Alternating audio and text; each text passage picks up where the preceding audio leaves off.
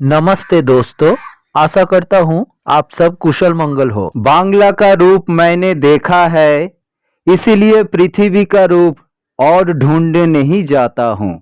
आइए दोस्तों, शुरू करता हूँ आज का वीडियो। मेरा अपलोड किया 4 वीडियो 300 व्यू पार करके 400 की तरफ बढ़ रहा है, इसलिए उत्साहित होके मैंने नया वीडियो लाया हूँ। आज पश्चिम बांग्ला में बसंत ऋतु पैर बसा चुके हैं।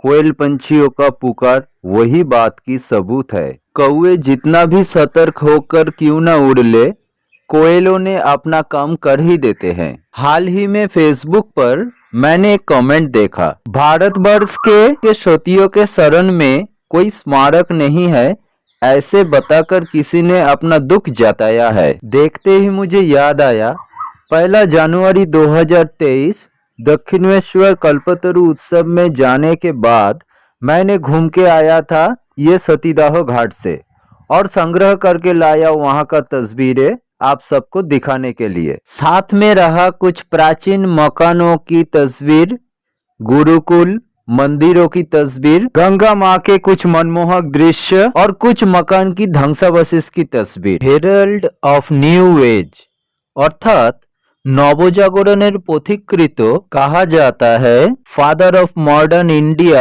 अर्थात आधुनिक भारतवर्षेर पिता राजा राममोहन राय को राममोहन राय जन्मग्रहण किए थे 22 मई 1772 ख्रीष्टाब्दे।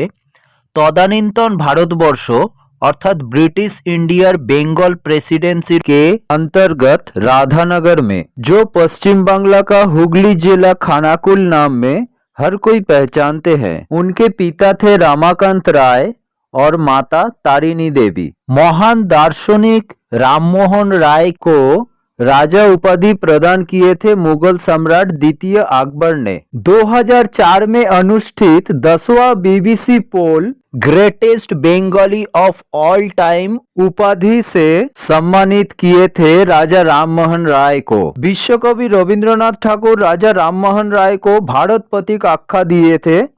अध्यापक दिलीप कुमार विश्वास ने उनको विश्व पथिक कहा करते थे।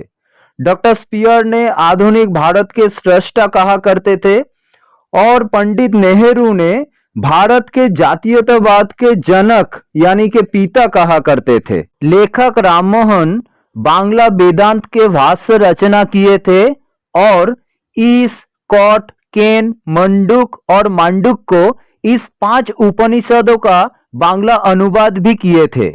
1803 ख्रीष्टाब्द में उन्होंने फारसी भाषा में एक किताब लिखे थे जिसका नाम है तुआत उल मुहिद्दीन। ये तदानीन्तन पारस्य यानी वर्तमान ईरान के तत्कालीन धर्म संस्कार के ऊपर लिखित था।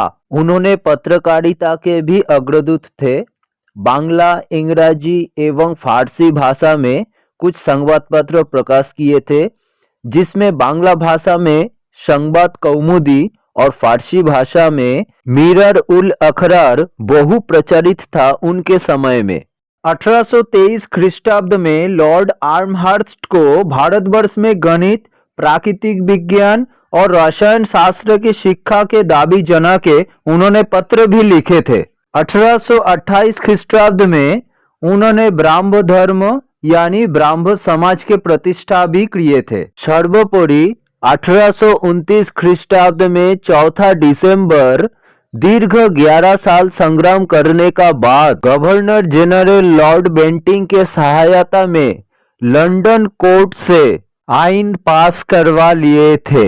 इस आइन प्रणयन के बाद में बच जाते हैं बांग्ला तथा भारतवर्ष की उन सारे महिलाओं के जीवन जिन्होंने अपना पति खोए हैं। ये बातें सुनने का बाद कुछ कुछ लोगों ने भारतवर्ष, हिंदू धर्म और ब्राह्मण्यवाद को गाली देना शुरू कर देते हैं, क्योंकि सतीदाह प्रथा इन तीनों के साथ जुड़ा हुआ है। लेकिन वो लोग ये बातें क्यों छुपा के रखते हैं कि मध्य प्राच्य से आया हुआ मुसलमान हनादारों ने हिंदू रमणियों के साथ जो दुर्व्यवहार किया करते थे, उसी के हाथ से बचने के लिए राजपूत रमणियों ने जो जहर व्रत अवलंबन किया करते थे, उसी का ही आधुनिक रूप था ये सतीदाह प्रथा। प्राचीन महाभारत काल में महाराज पांडु के पत्नी माद्री उनके साथ सहमरण में गए थे, ये सब हम जानते हैं।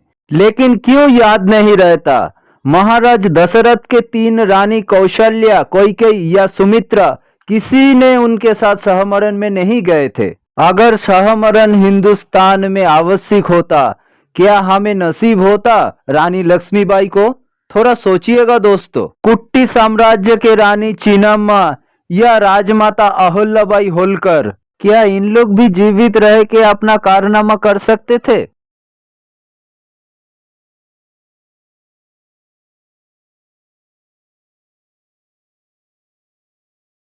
बातों बातों में हम लोग पहुंच गए उस ऐतिहासिक स्थान पर जहां पे सर्वप्रथम सतीदाह के विरुद्ध आंदोलन संगठित हुआ था, इसीलिए इसका नाम है सतीदाह घाट। कभी यहाँ पे जीवंत रमणियों के मरण के आर्त चित्कार में सारे गूंज उठते थे, अभी किशोरियों का हंसी की आवाज में दसों दिशाएं भरे हुए हैं। ऐसे महामानव को मैं नमन करता हूँ। तो कहिए दोस्तों, कैसा लगा आज का वीडियो? अगर पसंद हो तो लाइक कीजिए, कमेंट कीजिए और जरूर जरूर जरूर सब्सक्राइब कीजिए। वंदे मातरम, जय हिंद, जय गौड़, जय गोपाल, भारत मातार जय।